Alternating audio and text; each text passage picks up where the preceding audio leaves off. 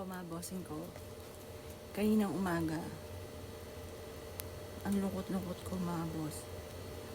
Tapos kaninang tanghali, naiinis kasi sa akin yung mister ko pagka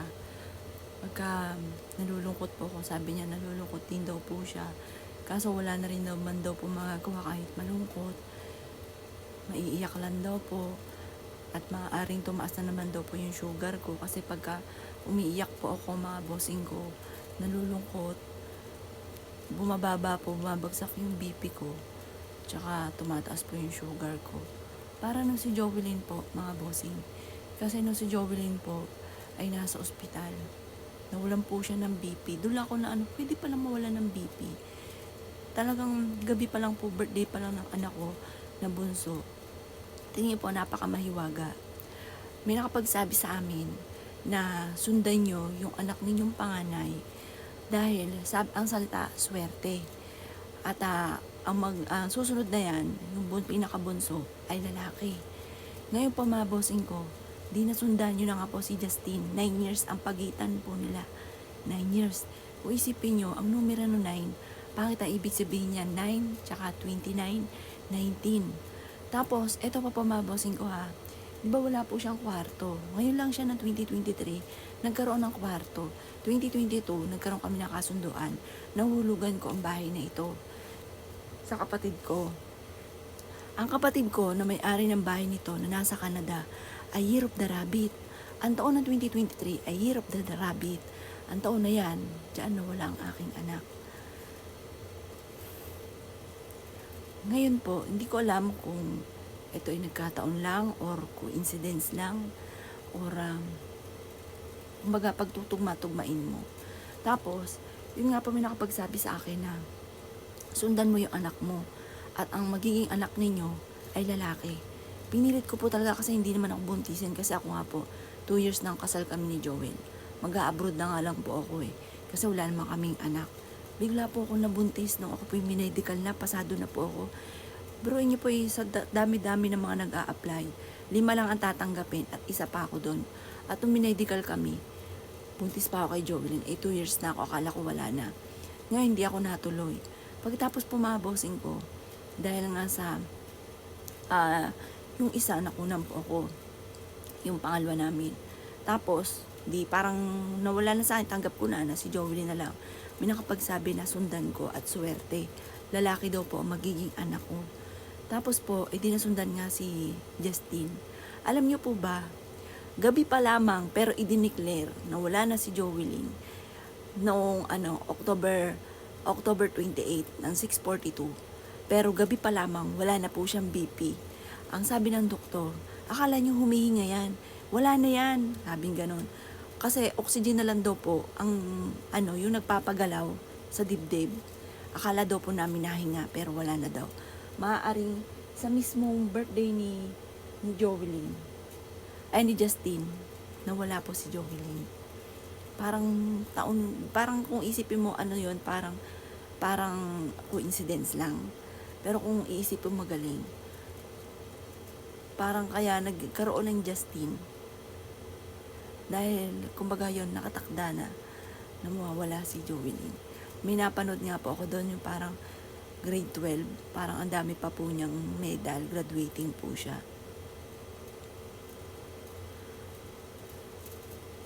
Napakasakit din sa isang magulang yung bigla kukunin sa iyo anak mo. Ang saklap.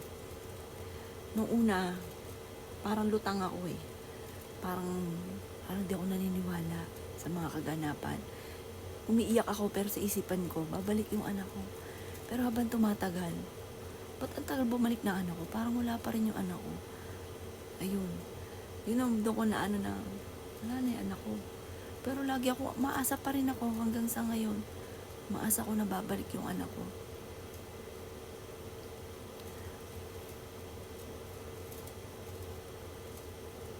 Hindi ako makapaniwala. Kaya sabi ko nga po, anak, pagka mo dyan, 2 days siya doon sa isang araw pa lang. Pero sa gabi ko yun kasi gabi ko nakuha yung pera. Anak, lalaban ka.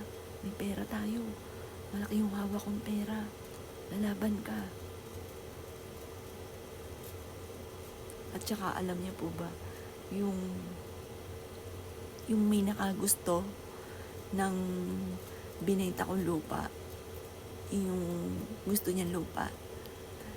Sabi ko, ang ganda niyan anak, mami, ang ganda corner lot. Yun yung gusto niyang lupa.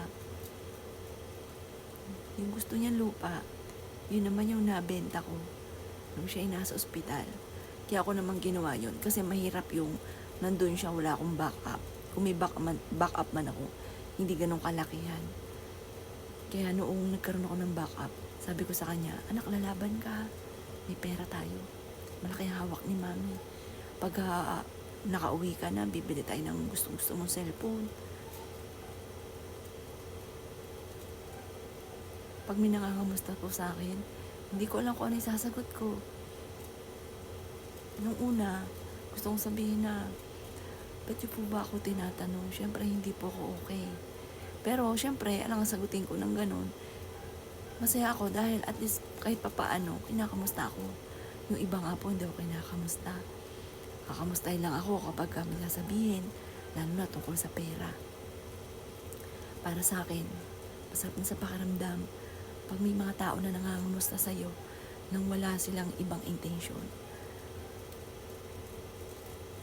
Kanina po, sobrang saya ko kasi nung nagsindi ako ng kandila, naguhugis puso po siya. Tapos kahapon, pumasok ako dito, parang may sumutsot. Sabi ko, anak, huwag ka nang manakot. Huwag si mami, ang takutin mo. Pero kung ikaw'y magpakita ka ng harapan. Pero huwag kang yung bibiglain mo ko tatakutin. Maggawa ka ng way na makikita kita ng harapan. Okay lang sa akin po yun.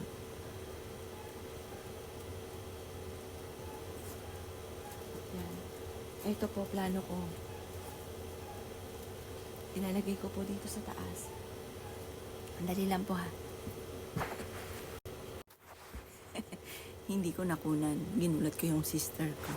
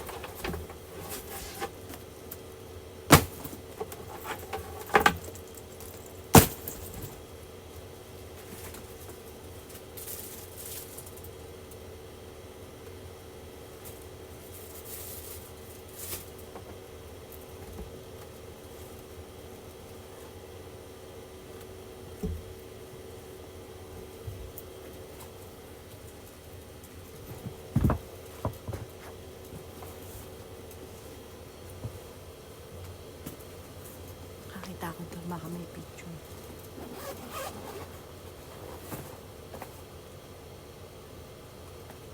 Wala.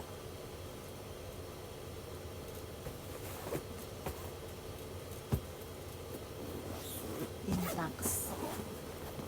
Wala naman po laman.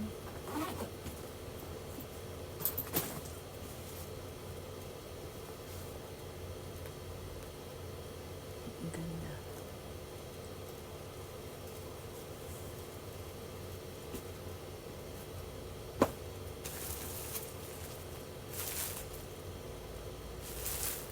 Blanket.